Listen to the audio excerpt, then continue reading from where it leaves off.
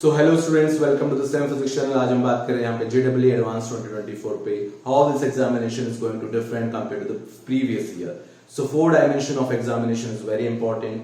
So this 4 dimensions are, the first is difficulty level of the examination, second skill matrix, बात करते हैं third कि candidate को exam का पैटर्न भी पता होना चाहिए कि पिछले एग्जाम पैटर्न किस तरह से और इस बार किस तरह से एक्सपेक्टेड है, एंड फोर्थ वन कि इस पेपर को हमें किस तरह से सॉल्व करना है। So before going to start this session, इससे पहले हम समझ लें कि ये पेपर इस बार कौन बना रहा है। तो JEE एडवांस 2024 का पेपर IIT मद्रास डिजाइन करने वाला है। पिछले 2017 और 2010 में भी ये पेपर IIT मद्रास ने डिजाइन किया था, तो उसको भी हम एनालाइज करेंगे यहाँ पे और काफी चीजें आपसे शेयर करेंगे। उससे पहले हम ये समझते हैं कि JEE एडवांस को अगर हमें यहाँ पे लिखना है, दोनों सेशन को कवर करना है, तो उसमें मिनिमम क्राइटेरिया क्या है। तो उसमें मिनिमम क्राइटेरिया ये है कि आपको 12th में 75% होना चाहिए अगर आप जनरल कैंडिडेट हैं। अगर बात करते हैं आप SC/ST कैंडिडेट हैं तो आपको 65% एटलीस्ट 12th में होना चाहिए। सेकेंड, JEE मेंस को आपको क्वालिफाई करना है और इस तरह से क्वालिफाई करना है कि आप 2 लाख बच्चों के अंदर आप शामिल हो पाए, इतनी अच्छी आपकी रैंक हो। अब बात करते हैं यहाँ पे वो 4 डायमेंशंस क्या हैं जो इस एग्जामिनेशन को एक डिफरेंट लेवल पे ले जाते हैं। तो उसमें से फर्स्ट डायमेंशन है आपकी यहाँ पे डिफिकल्टी लेवल ऑफ एग्जामिनेशन। इसको समझने की जरूरत है कि पिछले 10 साल में पेपर में किस तरह से एग्जामिनेशन में क्वेश्चंस पूछे जा रहे हैं, उससे अंदाजा लगाया जा सकता है कि IIT मद्रास किस तरह से पेपर बनाएगा यहाँ पे। तो पहला अगर लेवल यहाँ पे देखते हैं तो first is the difficulty level of examination. तो यहाँ पे हमारी रिसर्च ये बोलती है कि IIT मद्रास के अगर तीनों पेपर को देखते हैं, साथ में पिछले 10 साल के पेपर की रिसर्च को देखें, तो डिफिकल्टी लेवल इस तरह से है कि जो इजी लेवल है पेपर का, जिसमें JEE मेंस के क्वेश्चंस मर्ज करके बनाए जाते हैं, 2-3 क्वेश्चंस को अगर मर्ज कर दें तो वो एक जो लेवल होगा वो होता है इजी लेवल, और ये 26% पूछा जाता है एग्जाम में। अब बात करते हैं उससे हाई लेवल के जो क्वेश्चंस होते हैं उसको मीडियम कैटेगरी में रखते हैं, और ये है 40%। बात करते हैं यहाँ पे नेक्स्ट जो डिफिकल्टी लेवल होता है एग्जाम का, जिसमें हाई लेवल के कॉन्सेप्ट होते हैं, काफी हाई लेवल पे होते हैं, वो है 34%। अब बात करते हैं यहाँ पे पिछले 3 साल की डिटेल हम यहाँ पे देखते हैं। तो 2023 की डिटेल को देखें तो 1,80,000 बच्चे यहाँ पे एग्जामिनेशन में शामिल हुए हैं एडवांस में। 2022 में देखें तो 1,60,000 बच्चे शामिल हुए हैं, और यहाँ पे 2021 को हम समझे यहाँ पे तो ये बच्चे शामिल हुए हैं 1,40,000। तीनों ईयर को हम समझते हैं यहाँ पे, तो जोसा काउंसलिंग में तीनों केसेस में 25% बच्चे यहाँ पे अपीयर होते हैं। अब बात करते हैं यहाँ पे 2023 को अगर हम यहाँ पे समझने की कोशिश करें तो 1,80,000 बच्चों में सिर्फ 43,000 बच्चों को मौका मिला था जोसा काउंसलिंग में शामिल होने का। साथ में उसके साथ साथ जब इन लोगों का फाइनल जो सिलेक्शन हुआ है तो 17,000 बच्चों का ही IIT में सिलेक्शन हुआ है। तो 2023 को अगर हम समझने की कोशिश करें तो 1,80,000 बच्चों में से सिर्फ 17,000 बच्चे ऐसे हैं जो सिलेक्ट हुए हैं, मतलब ये रेशियो 9 to 10% निकल के आता है। अब उन्हीं बच्चों की हम बात करें जो बच्चे 1,80,000 जिन्होंने एडवांस की एग्जामिनेशन दी पिछले ईयर, उस केस को हम ध्यान से समझे तो डिफिकल्टी लेवल को यहाँ पे समझने की जरूरत है।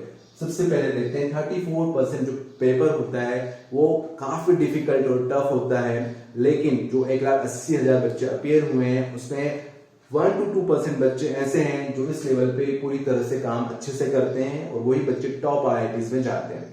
कुछ बच्चे ऐसे हैं जो पेपर का लेवल इस लेवल पे काफी अच्छे हैं, वो बच्चे हैं 5 to 8%, और उन्होंने ये काफी अच्छे से किया है, उनकी न्यू IITs में अच्छी ब्रांचेस में जाने का काफी अच्छा मौका है।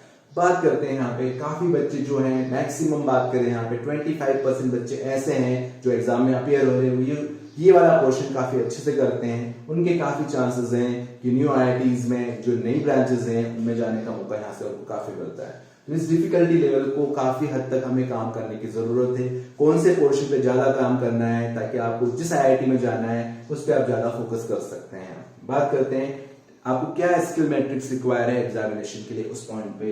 तो सेकंड, जो ओवरऑल जो पेपर डिजाइन हो रहा है उसमें ये डायमेंशंस काफी इंपॉर्टेंट है, इसको हम बोलेंगे मल्टी डायमेंशनल ऑफ एग्जामिनेशंस, जो कि एग्जाम में पूछे जा रहे हैं। तो सबसे पहले अगर हम क्वेश्चंस को देखें यहाँ पे तो काफी क्वेश्चंस यहाँ पे JEE मेंस के 2-3 क्वेश्चंस को मर्ज करके बनाए जाते हैं।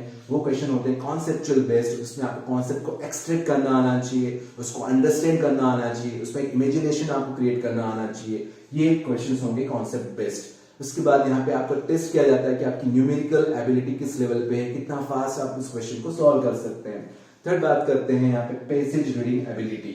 काफी क्वेश्चंस ऐसे होते हैं जो डायरेक्टली आपको डायग्राम के फॉर्म में नहीं दिए जाते हैं, तो यहाँ पे आपको पैसेज को रीड करना काफी अच्छे से आना चाहिए। पैसेज को रीड करने का सबसे बेहतर तरीका होता है, या हम इसको इम्प्रूव करना चाहते हैं तो आपको अच्छी किताबों को काफी डिटेल में पढ़ने की आदत होना चाहिए। अगर आपको बुक्स को अच्छे से डिटेल में पढ़ने की जरूरत है, यहाँ पे जो फिजिक्स केमिस्ट्री मैथ्स जो आपका इंटरेस्टिंग सब्जेक्ट है उसको आप काफी अच्छे से डिटेल में पढ़ें।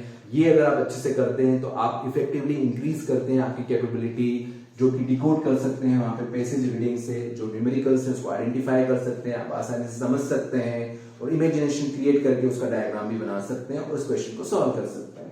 बात करते हैं कुछ क्वेश्चन जो फिजिक्स के होते हैं स्पेशली या केमिस्ट्री के होते हैं, वो एप्लीकेशन बेस्ड या एक्सपेरिमेंट बेस्ड होते हैं उसमें से, और कुछ क्वेश्चन ऐसे होते हैं जो ओवरऑल यहाँ पे स्पीड और टाइम मैनेजमेंट को यहाँ पे फुलफिल करने की जरूरत होती है। यहाँ पे तो ओवरऑल इन सभी की बात करें यहाँ पे तो आपको कॉन्फिडेंस का लेवल काफी ज्यादा होना चाहिए। अब अगले सेक्शन में हम कवर करते हैं यहाँ पे एग्जामिनेशन पैटर्न।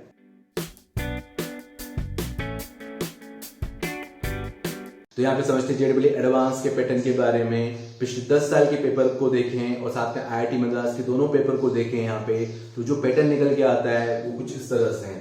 लेकिन यहाँ पे ध्यान से समझें कि ये जो एग्जामिनेशन होती है ये 2 सेशन में होती है, मॉर्निंग सेशन, नून सेशन। मॉर्निंग सेशन का टाइम 9 to 12 है, नून सेशन का टाइम यहाँ पे 2 to 5 है। दोनों के बीच में यहाँ पे सिर्फ 2 आवर का ब्रेक होता है। ये 2 घंटे का ब्रेक काफी इंपॉर्टेंट है। यहाँ पे बच्चों को अपने आप को एनर्जाइज रखने की जरूरत है।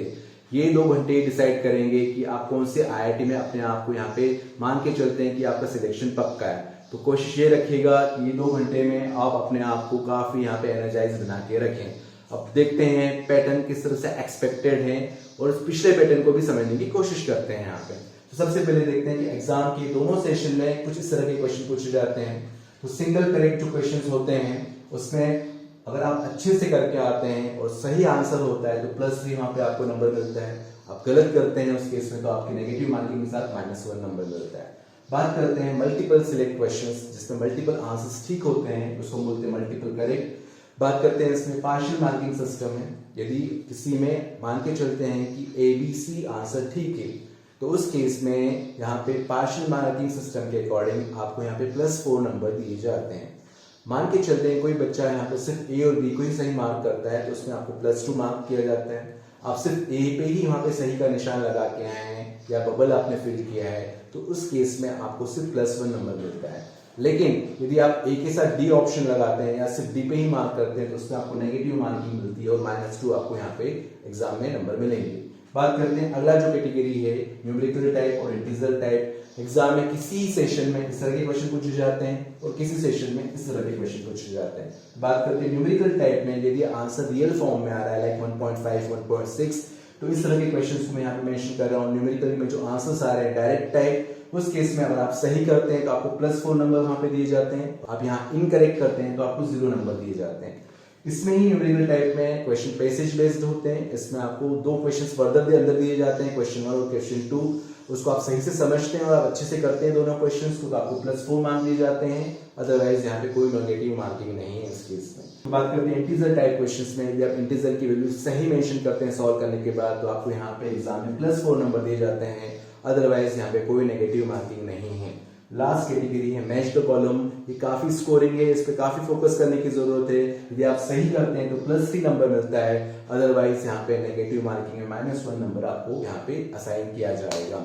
तो कहने का मतलब ये पैटर्न भी रिपीट हो सकता है एग्जामिनेशन 2024 में। आईआईटी मद्रास जो डिजाइन करेगा दोनों सेशन में इसी तरह के पैटर्न को आप फर्दर देख पाएंगे। यहाँ पे बात करते हैं अगले सेक्शन में कि हमें एग्जाम में पेपर को किस तरह से सॉल्व करना है, हमारी स्ट्रेटेजी किस तरह से हो पेपर को सॉल्व करने की।